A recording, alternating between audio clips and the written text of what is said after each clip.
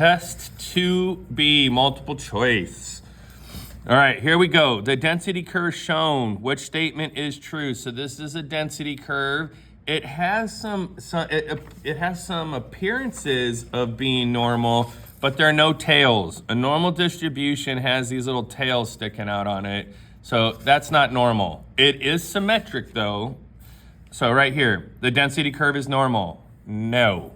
Although I see why you would fall for that. Also, I would like to point out that the one that looks kind of right is choice A. So when you read this, and this is for any difficult multiple choice test, unless you look at a problem and I know the answer is 7 and you see 7 as A, always be very cautious of the A. If there's a trick answer, they're gonna put it at the beginning and then they're gonna put the real answer below it. So just be mindful of that. That's a test taking skill for any college level or above multiple choice test. Or if the teacher just knows what they're doing, that also would happen. Density curve is skewed right. I hope nobody put that. At the mean, the height of the curve is 1. All right, this one is confusing. We'll come back to that. The density curve is symmetric. None of the above is correct. Well, first of all, this is clearly symmetric. So the answer is D. Now, what's up with this part C? So the area underneath the curve, if it was 1, then if this height was 1, the area underneath this curve would be greater than 1 because of the shape of it. It would have to be 1 by 1 for it to be the area under the curve to be 1. All right. So if this was 1 and this was 1, I would have to have a box, a square, excuse me, to make the area underneath that curve equal to 1. And you can have straight line. If it was a straight line across the top and it stopped here at 1, the height would be 1 so that the area underneath the curve would be equal to 1. That is not easy. That's a trick right there. I mean, that's difficult. And I think a lot of people might put that one because they say, oh, the area under the curve is equal to 1. This says something about the height at the mean in the middle of it. It is tall, but it's not 1. It would have to be bigger than 1 because, like I said, it'd have to be a box and I would be missing these corners in this piece and this piece here. But that's not easy. That is not easy. For the density curve shown in question 1, which statement is true? The mean is greater than the mean is less than blah, blah, blah, blah. This is symmetric. The mean and the median are right smack dab in the middle there. So the mean and the median are equal to each other. All right, that one I think you should have got. This one, I don't know. This one, yes. Okay, next. Suppose a 16-ounce bag of chocolate chips is produced with weights that follow normal distribution with a mean weight of 16.1, a standard deviation of 1, and the percent of the bags, what percent of the bags contain between 16 and 16.1? Okay, so what percent means inverse norm? What? Between the last test and the start of this one, oh my gosh. Making this video in the morning, not that I'm a big fan of excuses because I don't like taking excuses, but maybe I should make these in the afternoon. So I just said normal CDF and then I wrote and said inverse norm. That's pretty dumb. When it asked for the percent, normal CDF.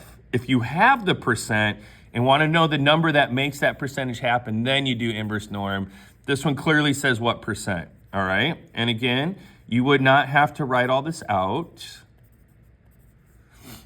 You wouldn't have to write all this out on the multiple choice, but for the sake of knowledge on a video, I'm going to go ahead and do that. So it says that I'm going to go ahead. The mean is 16.1 and the standard deviation is 0.1, and they want to know between 16 and 16.1.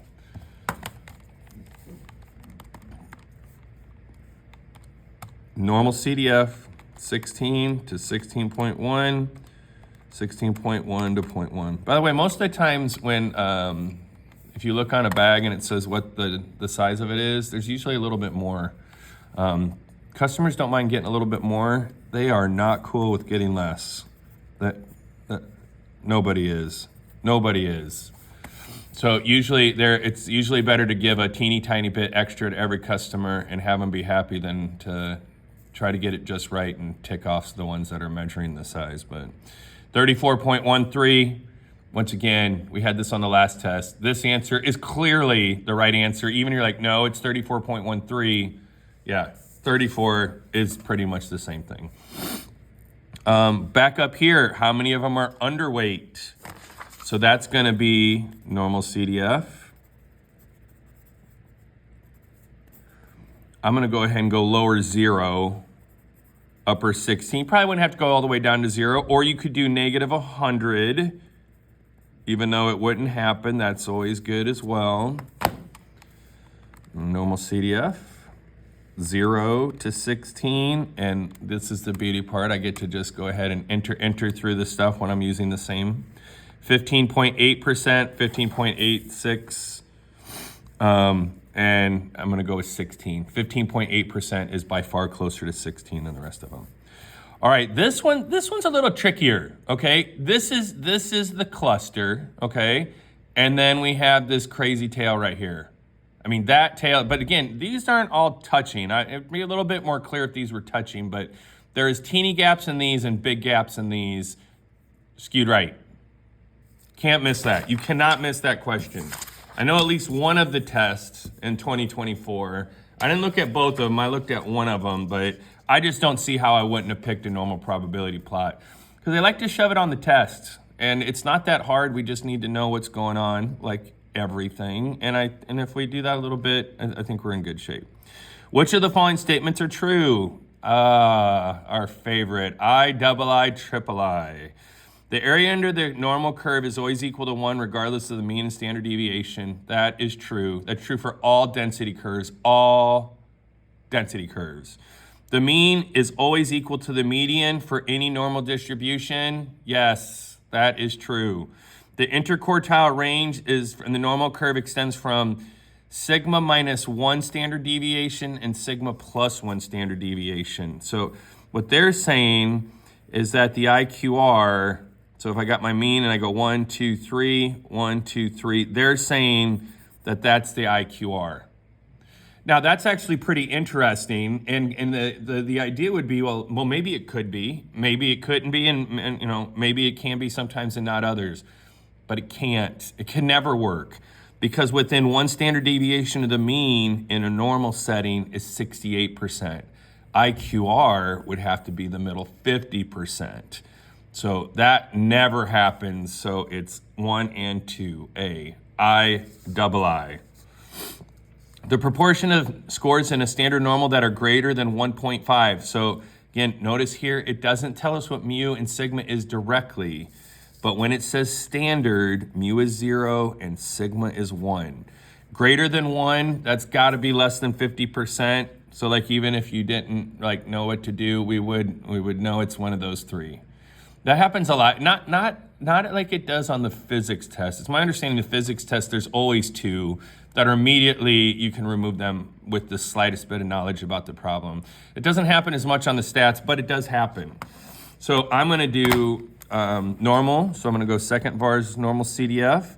So I'm gonna go greater than 1.25, 1.25 to 100 or 1,000, and then 0 and 1, boom.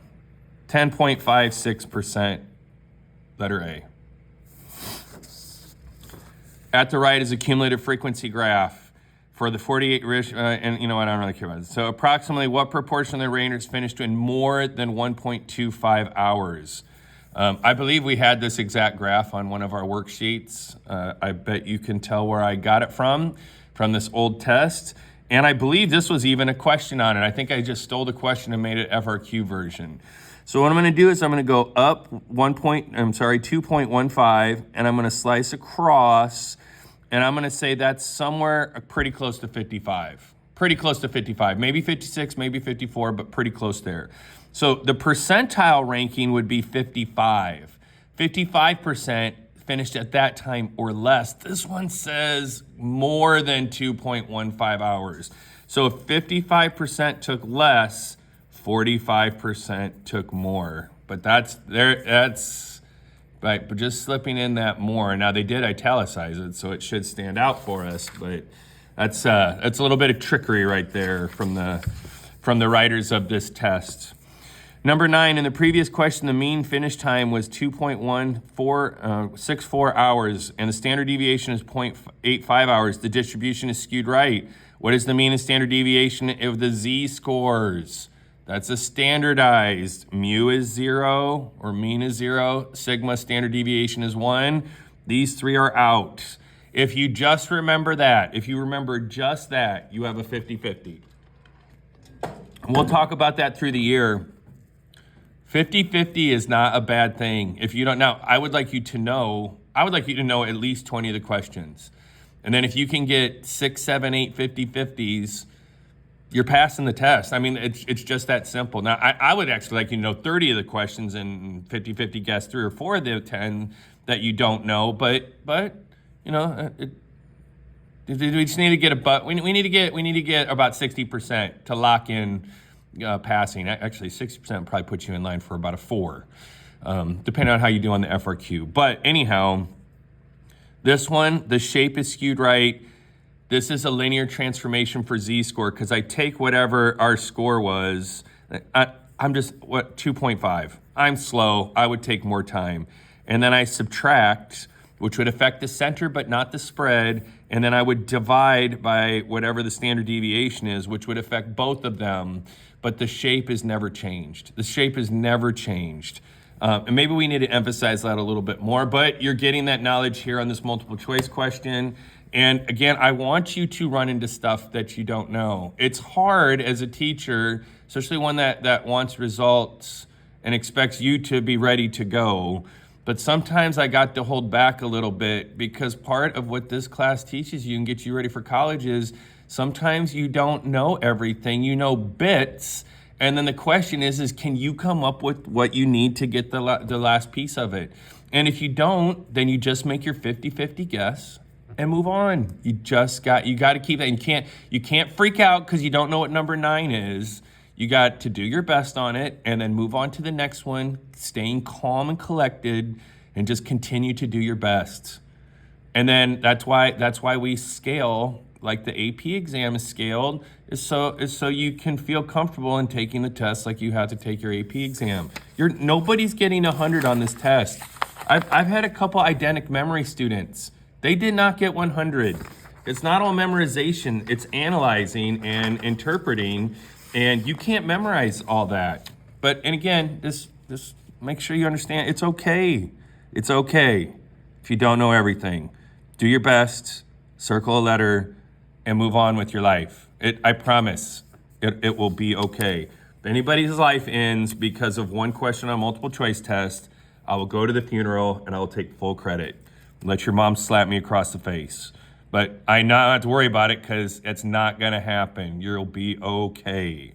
Kitchen appliances don't last forever. The lifespan of microwave ovens sold in the United States is approximately normally distributed, with the mean of 9 and a standard deviation of 2.5. What percentage lasts over 10 years? Percentage. Normal CDF. A little disappointing there's no inverse norm on this quiz, on either of these tests. I would not suggest that that's probably going to happen on the test, but certainly not on the FRQ because I can do that. But the multiple choice I select from a list of questions, but I would have tried to pick a normal inverse norm problem. All right. So we had a mu is 9, sigma is 2.5, and we want to know what percentage lasts more than 10. I'm just going to say this one more time. You don't have to write this out. I'm just writing it out to help those that are trying to figure this out last minute here. So second VARS, normal CDF. I guess I don't think you'll need a play-by-play as I punch in these numbers. 34.45, whatever. And again, they have them rounded, but I mean, that's it. You can tell which one it is. All right, got this one under 15 minutes. Last one was a little over 15 minutes, so I guess I stayed on task a little bit more on this one. Anyway, I hope you find that to be most helpful. If you have questions about the multiple choice, come in the morning and we'll get it straightened out.